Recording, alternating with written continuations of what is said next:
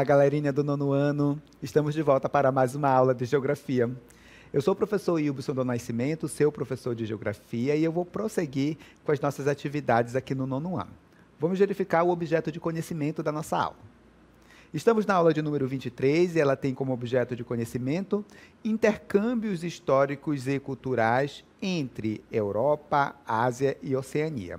Detalhamento desse objeto de conhecimento, condições de vida da população e a desigual distribuição de riqueza no mundo.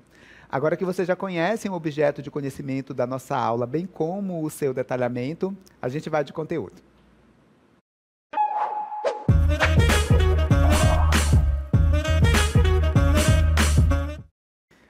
Turmas, nessa aula nós vamos falar de desigualdade social e econômica. E para a gente entender um pouco sobre desigualdade socioeconômica, é necessário a gente compreender ali alguns conceitos. Então a gente vai ver ali o que é pobreza absoluta, o que é pobreza relativa. A gente vai entender um pouco sobre a linha internacional da pobreza também, que é um importante elemento para a gente verificar quantas pessoas existem em situação de pobreza e também de extrema pobreza. Também vamos verificar no decorrer desta aula quais são as causas, né? O que causa ali a pobreza no mundo de uma forma geral. E vamos entender um pouco também como essa desigualdade socioeconômica ela se espacializa ali pelo mundo através, em especial, da análise ali de mapas e de gráficos também que vão apoiar a gente nesse processo de entendimento de como é essa desigualdade socioeconômica pelo mundo, entre países, entre continentes, entre regiões de uma forma geral, certo? Bem, temos muitas coisas para a gente verificar no decorrer dessa aula. A gente vai, neste primeiro momento, visitar alguns conceitos que são importantes para a compreensão desse conteúdo. E nesse primeiro conceito, eu quero destacar aqui para vocês o que seria ali, o que é a pobreza. Acompanhe aqui comigo. Bem, a pobreza é a condição de vida na qual os indivíduos, né, estão ali incapacitados de suprir as suas necessidades mínimas. Essas necessidades são tanto do ponto de vista biológico, né, se alimentar, por exemplo, como também necessidades indispensáveis para a nossa existência enquanto indivíduo social, certo? Bem, o termo pobreza ele é muito usado para se referir à falta de recursos materiais, como, por exemplo, a falta de dinheiro, de alimentos, de abrigo, de acesso ali a serviços básicos, como o acesso à saúde e também à educação.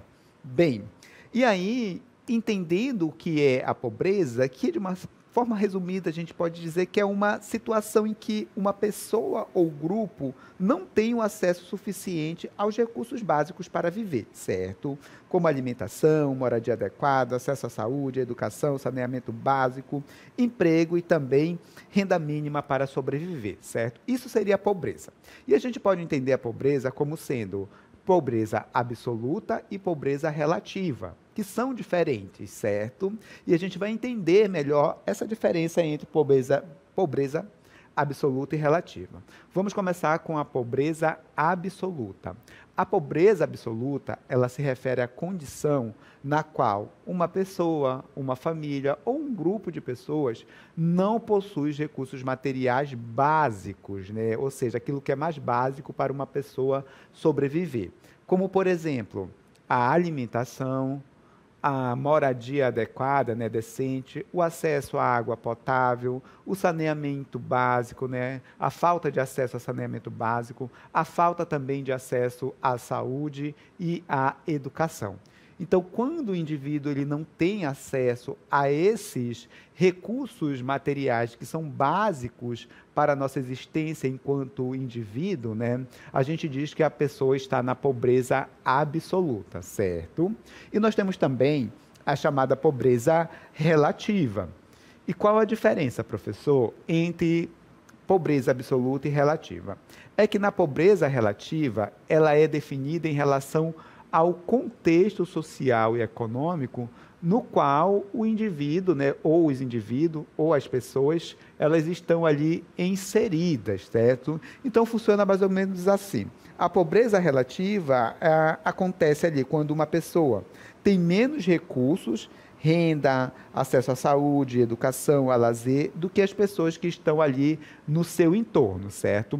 Vou dar um exemplo que é só para ilustrar, é para fins didáticos, tá? Do ponto de vista prático, talvez não sejam tão interessantes. Mas, por exemplo,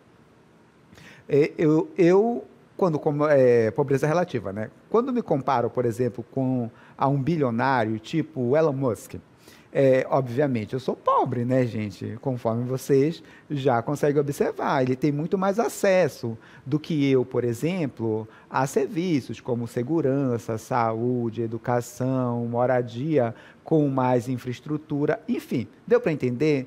Na pobreza relativa, a gente tem uma pessoa ali com menos recursos em relação à pessoa que está ali no seu entorno, certo? Em relação às pessoas que vivem ali na sua cidade ou no seu país, por exemplo. Deu para compreender? Bem, a gente tem também a chamada linha internacional da pobreza. E o que é essa linha internacional da pobreza, professor? A linha internacional da pobreza, ela é uma medida global, né, de pobreza absoluta ou moderada, né, usada ali para acompanhar a pobreza em diferentes regiões ao redor do mundo. Então, basicamente, a linha internacional da pobreza, ela é uma espécie ali de limite definido pelo Banco Mundial para medir quem vive em pobreza moderada ou em extrema pobreza no mundo, certo? Então, é basicamente para isso que serve a chamada LIP, Linha Internacional da Pobreza, certo? Dando continuidade, a gente observa que a Linha Internacional da Pobreza foi desenvolvida pelo Banco Mundial como parte de seus esforços ali para monitorar e combater a pobreza globalmente. Então, é uma forma da gente identificar quem vive ali na pobreza moderada, quem vive ali na extrema pobreza, certo? E, professor, como é que a gente pode definir, de acordo com a linha internacional da pobreza, quem vive ali na pobreza moderada e quem vive ali na extrema pobreza, por assim dizer, né? Bem, o Banco Mundial, ele adota como linha da pobreza ali os rendimentos per capita, que é o rendimento ali de um indivíduo, por exemplo, de quanto uma pessoa ela tem ali de renda, nesse caso aqui, em um dia, certo? Então, o Banco Mundial define o seguinte, que uma pessoa com renda per capita de 5,50 dólares, né, 5 dólares e 50 centavos, são pessoas ali que vivem na linha da pobreza, né? Numa pobreza moderada, por assim dizer. É comum, por exemplo, aqui no Brasil. Já as pessoas que vivem ali na linha da extrema pobreza, elas têm ali 1 dólar e 90 centavos para viver por dia, certo? Então, as pessoas que têm somente 1 dólar e 90 centavos por dia para suprir todas as suas necessidades, se alimentar, transporte, moradia, a gente diz que essas pessoas estão ali na linha da extrema pobreza, certo? Esses valores, eles são convertidos, claro, para a renda per capita mensal. Esse valor a gente pode calcular também em mês. O PPC, que significa ali paridade de poder de compra, é uma medida econômica que tenta ali comparar os valores reais do dinheiro entre diferentes países, tipo, levando em consideração as diferenças e o custo de vida. Vocês sabem, né, que o custo de vida, ele varia bastante, né? Nós temos cidades com custo de vida mais elevado do que outras cidades. Um exemplo, ganhar, vamos supor, R$ 3.000. R$ 3.000 em uma cidade, R$ 3.000, aliás, ele vai ser um valor bom ou não tão bom, por assim dizer. Isso vai depender da cidade de onde você vai estar, certo? Se você tem R$ 3.000 para viver numa cidade como Manaus, que tem um custo de vida mais elevado, pode faltar, pode não ser o suficiente, né? Porque a alimentação é mais cara, a cesta básica, por exemplo, o aluguel é mais caro, a energia é mais cara, quando a gente compara uma cidade, por exemplo, do Nordeste brasileiro, as cidades do interior ali da região Sul e Sudeste. Então, esses valores, eles acabam sendo ali muito flexíveis no sentido de que a gente tem ali cidades com custos de vida diferentes. Então, R$ 3.000 em Manaus pode ser pouco demais, né? R$ 3.000 em uma outra cidade, tipo uma cidade da região Nordeste, que não seja turística, é claro, né? Pode ser um valor um pouco melhor para viver. Porque por lá a moradia é mais barata, a alimentação é mais barata, os serviços de uma forma geral são mais baratos. Então, esse valor depende muito, obviamente, do custo de vida do lugar onde a pessoa está vivendo, obviamente, tá bom? Dando continuidade, a gente observa também que esses dados elaborados ali, essas medidas, por assim dizer, elaboradas pelo o Banco Mundial, elas são importantes quando a gente compara o poder de compra, né, de bens e serviços ali entre os países. Como eu falei para vocês, isso vai depender muito ali do custo de vida em cada país, certo? Bem, eu tenho um gráfico aqui interessante para a gente analisar essa questão da pobreza e da extrema pobreza aqui no Brasil. Como funciona o nosso gráfico? Nós temos dados do ano de 2020 e do ano de 2021. E que informações nós temos aqui no nosso gráfico? Eu não sei se vocês perceberam, mas tem dois tons de azul. Tem um azul liso, mais claro, e tem um azul mais escuro, achurado, inclusive. Esse azul, essas bolinhas em azul bem clarinho, mais claro, perdão, são as pessoas vivendo em situação de pobreza, né, de pobreza moderada. E elas têm ali US$ 5,50 para viver ali por dia.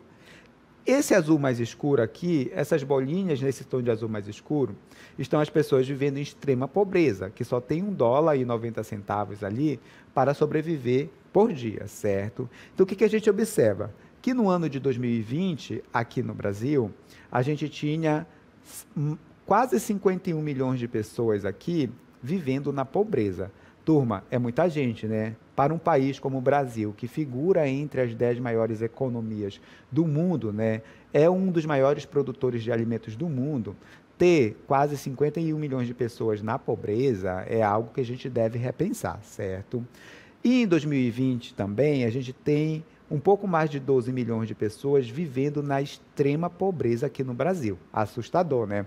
Mais de 12 milhões de pessoas vivendo na extrema pobreza, ou seja, não ter acesso ao que é mais básico para uma pessoa sobreviver. Alimentação, moradia decente, por exemplo. Em 2021, por conta da pandemia de Covid-19, isso se agravou ainda mais, né?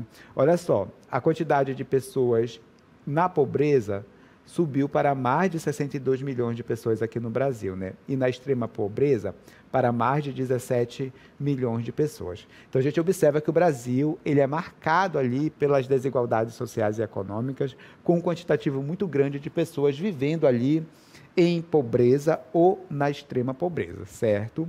Bem, a pobreza, de uma forma geral, e as desigualdades socioeconômicas, elas têm ali uma causa, né? Ela tem causas no plural, por assim dizer, porque não é só uma, são várias causas. E a gente vai entender quais são essas causas que podem levar ali a população de um determinado local à pobreza, por exemplo, certo?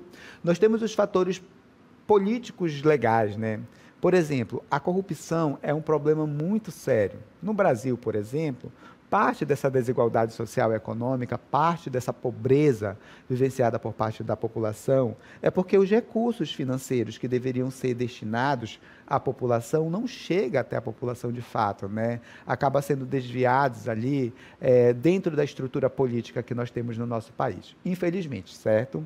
E existência também, a inexistência, perdão, de democracias ou democracias muito frágeis. Sempre caminho ali, olha, para a chamada pobreza, certo? Fatores econômicos, sistema fiscal ali inadequado, né, ou socialmente injusto, onde os mais ricos pagam um pouco imposto e os mais pobres acabam pagando mais impostos, certo? Bem, fatores socioculturais, só reforçando aqui, né, onde os mais ricos pagam menos impostos, certo? E os mais pobres pagam mais impostos. Bem, fatores socioculturais, né? Discriminação, por exemplo, social, baixa escolaridade, superpopulação, tudo isso pode levar à pobreza, né? O que, obviamente, é uma característica das desigualdades socioeconômicas. Dando continuidade, a gente observa que nós temos também os fatores naturais, né?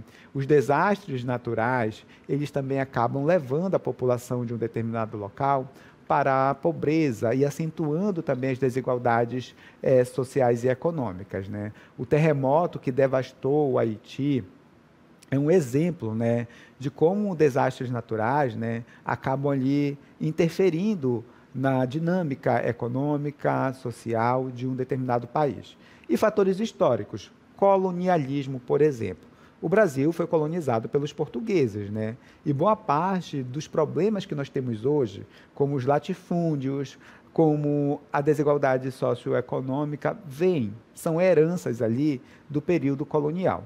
E a insegurança, né? As guerras, elas são um problema sério e sempre levam ali à pobreza das populações que sofrem, né? Que vivem nessas regiões de guerra, onde nós temos genocídios, criminalidades. Então, a insegurança é um outro ponto importante para a gente destacar, que leva ali uma sociedade, um grupo de indivíduos à pobreza. Bem, falando em fatores, né, que contribui para que a gente tenha ali a ocorrência da pobreza, o agravamento da pobreza, por assim dizer, eu tenho aqui o exemplo de 2 países, né, que a gente pode observar esses fatores que a gente viu ali, agravando as condições da população que vive nesses países. É Níger e Iêmen, certo? São 2 países marcados ali por problemas como aqueles que nós citamos, né, com os fatores ali que agravam a pobreza. Níger, por exemplo, é muito afetada pelas questões naturais. O território de Níger, que fica na África, está quase todo ali dentro do deserto do Saara, cerca de 75% ou mais, né? Então, o que acontece? Esse país vai ter muita dificuldade, porque se é um deserto, né, se é um clima desértico, vai faltar água, a atividade de agricultura e pecuária vai ficar comprometida, e além dos problemas políticos internos vivenciados, é claro, por esse país. O Iêmen é um país afetado ali pela guerra, né? É o país mais pobre do Oriente Médio. E aí a gente vê que a questão da insegurança é um outro ponto importante para a gente observar, que acaba agravando essa questão da pobreza, certo? Vou destacar um pouco mais sobre os problemas vivenciados por esses 2 países. Acompanhe aqui comigo. Bem, no caso de Níger, como eu falei para vocês, que fica na África, mais de 75% do território, né, desse país, do território de Níger, né, está ali dentro do deserto do Saara. E com isso a gente tem dificuldade para realizar atividade de agricultura e pecuária, problema com a escassez de água. O Iêmen, a gente observa que é um país pobre no Oriente Médio, onde tem muitas nações ricas, em especial por conta do petróleo, né? E essa pobreza aqui do Iêmen está relacionada aos conflitos armados na Arábia, contra a Arábia Saudita ali, de uma forma geral, certo? Então, a gente vê que, de fato, esses fatores afetam ali a realidade socioeconômica desses países. Bem, destaco também para vocês essa questão da desigualdade socioeconômica de uma forma geral, né, da espacialização, na realidade, dessa desigualdade socioeconômica de uma forma geral. A gente tem um mapa do mundo aqui, e nesse mapa a gente trata da distribuição de renda no planeta, e o ano de referência é o ano de 2018. Nós temos aqui o chamado índice de Gini, que é um indicador ali, né, que marca ali, por assim dizer, a distribuição de renda de uma forma geral. Analisa como é a distribuição de renda em um país ou no território global, como foi feito, certo? No caso do índice de Gini, quanto mais perto de zero, a medida dele é de 0 a 1 ou de 0 a 100, certo? Nesse caso aqui, eles adotaram de 0 a 100. Então, quanto mais perto de zero, menor é a desigualdade na distribuição de renda. Quanto mais perto de 100, maior a desigualdade na distribuição de renda. Então, esses países em tom de amarelo bem claro, que tem 16, 30, tem desigualdade de renda baixa, certo? Bem baixa, né? Os países que estão ali num tom de vermelho mais forte, como é o caso, por exemplo, do Brasil, dos países aqui da África, de alguns pelo menos, a desigualdade ela é maior. A desigualdade na distribuição de renda é maior, certo? Estão ali acima de 45%, né? Por isso, o Brasil é um dos países mais desiguais que a gente tem no mundo, quando a gente leva em consideração a distribuição de renda. Bem, um outro fator, né, que leva a essa questão da desigualdade social e econômica e que, obviamente, contribui para as questões de pobreza e extrema pobreza é a distribuição da água, né? Vocês sabem que a água ela é um bem essencial, certo? Não só para a existência da vida no nosso planeta, mas também para a manutenção da vida no planeta e a vida de todos os seres vivos. E a água é um recurso escasso. E quando eu falo que a água é um recurso escasso, eu estou falando da água potável e de fácil acesso. Aquela água que dá para a gente consumir, por exemplo, que a gente pode pegar com facilidade, como a água de um rio, por exemplo, certo? A maior parte da água do nosso planeta não é potável, certo? As águas dos oceanos, por exemplo, a gente precisa passar, essa água precisa passar por um processo de dessalinização para a gente consumir, né? E isso, obviamente, tem um custo. Então, desconstrua essa ideia de que nós temos muita água no nosso planeta. Do ponto de vista prático, a gente até tem, mas a maior parte dessa água que a gente tem no planeta, a gente não consegue consumir. Então, a quantidade de água potável e de fácil acesso é pequena. E isso, obviamente, vai levar o mundo a mergulhar ali, a ter conflitos por água, né? Se as pessoas já brigam, se os estados, se os países já brigam por petróleo, tu imagina por água, que é um bem essencial para a gente sobreviver.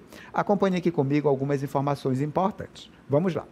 Bem, os recursos hídricos, eles são muitas vezes ali compartilhados por um ou mais países, por exemplo, né? Por um ou mais países. E isso, em alguns casos, tem representado motivos de conflitos. Então, por exemplo, um rio pode nascer lá no Peru e passar por território de outros países, tipo o Brasil, né? Como acontece com alguns rios aqui na Amazônia. E isso pode levar esses países a terem conflitos por conta da disputa por esse recurso. Se essa região for de deserto, de clima desértico, por exemplo, esses conflitos podem se intensificar. E aí a gente tem o caso do Rio Nilo. Os países que compõem a chamada Bacia do Nilo, como Egito, Etiópia, Sudão, eles têm disputado ali o uso das águas do Nilo por décadas. E isso tem sido palco ali de conflitos entre essas nações, certo? A construção de grandes barragens perto ali a nascente já do Rio Nilo tem causado tensão com o Egito em especial. Isso porque o Egito pega a parte do Nilo que já está mais próxima ali da foz.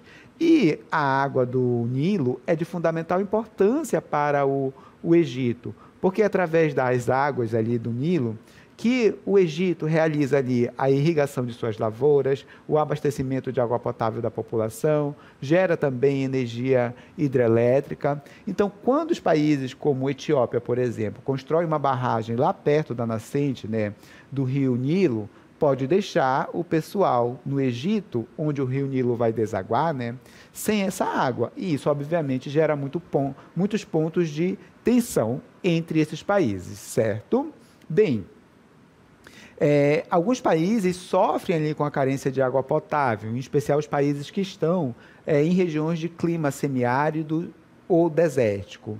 O controle dessa água pode se tornar ali uma das principais disputas entre os estados, entre os países, certo? Há também, né, a gente tem aqui disputas ali por água entre diferentes unidades da federação dentro de um mesmo país. Então, estados dentro de um país pode ter disputa ali por controle de rios ou de recursos hídricos de uma forma geral. E nesse contexto, né, de questão hídrica global, de disputa pela água, a gente tem alguns termos surgindo. O primeiro, hidropolítica, que é um campo de estudo interdisciplinar que se concentra ali nas relações entre a água e a política. E trata basicamente do acesso, distribuição, uso e gestão que afetam ali, são afetados por fatores políticos, econômicos, sociais e ambientais. Então a hidropolítica reúne ali a política e a água ali, tentando criar uma política que determine ali o uso desses recursos de uma forma geral, do recurso hídrico de uma forma geral. E a gente tem também a chamada hidrohegemonia, que é quando a gente tem uma hegemonia de um determinado país que tem em abundância esse recurso dentro do seu território de uma forma geral, certo? Bem, essa questão da água é um ponto importante e provavelmente a gente vai ter conflitos mais intensos, por assim dizer, em decorrência do uso desse recurso da água, que é essencial para a nossa sobrevivência de uma forma geral. Para a sobrevivência, né, de todas as formas de vida do nosso planeta. Outro ponto importante que a gente vai tratar aqui é o acesso à alimentação, né, que é um outro problema, né, e que marca também a questão da pobreza e da extrema pobreza. E a gente vai detalhar um pouco como é esse acesso da população a alimentos. Acompanhe aqui comigo. Bem, nós temos aqui alguns dados da ONU que diz o seguinte: de acordo com a ONU, nós temos ali entre 720 e 811 milhões de pessoas passando fome. E esses dados são de 2020, né? Então, em 2020, nós tivemos ali valores entre 720 e 811 milhões, tá? Milhões de pessoas passando fome, segundo a ONU, certo? Mesmo com a produção mundial de alimentos superando as demandas para cada habitante do nosso planeta. Uma curiosidade para vocês. Durante muito tempo, acreditou-se que a falta de alimentos no mundo era porque a gente não conseguia produzir muitos alimentos, certo? E durante muito tempo essa ideia, ela ganhou força, né? As pessoas estão passando fome porque nós não estamos conseguindo produzir muitos alimentos. E aí nós tivemos a Revolução Verde, que veio ali trazer o processo de mecanização da atividade de agricultura e pecuária, a intensificação da mecanização da atividade de agricultura e pecuária, o uso de insumos como os fertilizantes, adubos químicos, e isso, obviamente, levou a gente a produzir muito mais alimentos do que a gente produzia, certo? Mas isso não acabou com a fome do mundo. Por quê, professor? Porque o alimento, de uma forma geral, ele não é produzido para ser doado, é uma mercadoria. Logo, para você acessar o alimento, você precisa ter acesso à renda, a dinheiro. Então, o problema da fome do mundo não é a quantidade de alimentos que a gente produz, porque hoje a gente produz o suficiente para todo mundo comer. Então, o que causa fome hoje, né? Em especial, a falta de renda, a falta de dinheiro. Para vocês terem uma ideia, nunca na história da humanidade nós tivemos tantas pessoas passando fome. Nunca na história da humanidade nós tivemos tanto alimentos sendo produzidos, né? Então, obviamente, temos muito alimento, o que a gente não tem às vezes, dinheiro para comprar esses alimentos. Prosseguindo, turma, estima-se que, depois de um declínio constante do número de pessoas, né, subalimentadas, a gente teve ali uma queda na quantidade de pessoas que não tinham, não se alimentavam de forma adequada. Nos últimos anos, né, isso mudou. A gente teve um crescimento novamente da fome no mundo, certo? E esse quadro ele se agravou, com a pandemia de Covid-19, certo? Bem, além da pandemia, né, nós temos também outros fatores que contribuíram para o agravamento desses problemas relacionados ali à falta de acesso a alimentos, como, por exemplo, as secas ou inundações que se intensificaram em decorrência das mudanças climáticas vivenciadas pela nossa sociedade, a violência com as guerras, por exemplo, conflitos e guerras civis em países como na África, a concentração de renda e da produção também, a concentração de renda na mão de poucas pessoas, né, acaba, obviamente, contribuindo para que a gente tenha mais pessoas em situação ali de insegurança alimentar, por assim dizer. Esses fatores contribuem para que o acesso aos alimentos sejam concentrado ali em países ou grupos populacionais considerados ali mais ricos, né? E a fome ali atinge principalmente as populações mais pobres dentro de um país e a população dos países mais pobres também, certo? Eu tenho um gráfico aqui que mostra para a gente como esse acesso à alimentação ele é desigual, né? Esse gráfico ele mostra para a gente a insegurança alimentar no período que vai de 2014 até 2020, né? Aqui nós temos o mundo, a África, a Ásia, a América Latina e Caribe, a América do Norte e Europa. Olha que em 2020, um pouco mais de 30% da população mundial se encontrava em situação de insegurança alimentar. Na África, em 2020, quase 60% da população não tinha acesso adequado à alimentação, não tinha o que comer, por exemplo, certo? Na América Latina, de uma forma geral, e Caribe, esse valor é alto também, mais de 40%, olha, da população se encontra em situação de insegurança alimentar. Agora, repara como nos países desenvolvidos, localizados na América do Norte e na Europa, esse valor é bem baixo, não chega ali a 10%, né? Isso mostra que, de fato, a gente não tem um acesso igual aos alimentos, né? As populações mais ricas, os países mais ricos, eles têm mais acesso à alimentação, né? Ao alimento, por assim dizer, porque eles têm mais renda. Enquanto os países mais pobres, né? Ou as populações que vivem nesses países mais pobres, têm menos acesso à alimentação, estão mais em situação de insegurança alimentar. Bem, com isso a gente finaliza o conteúdo da nossa aula.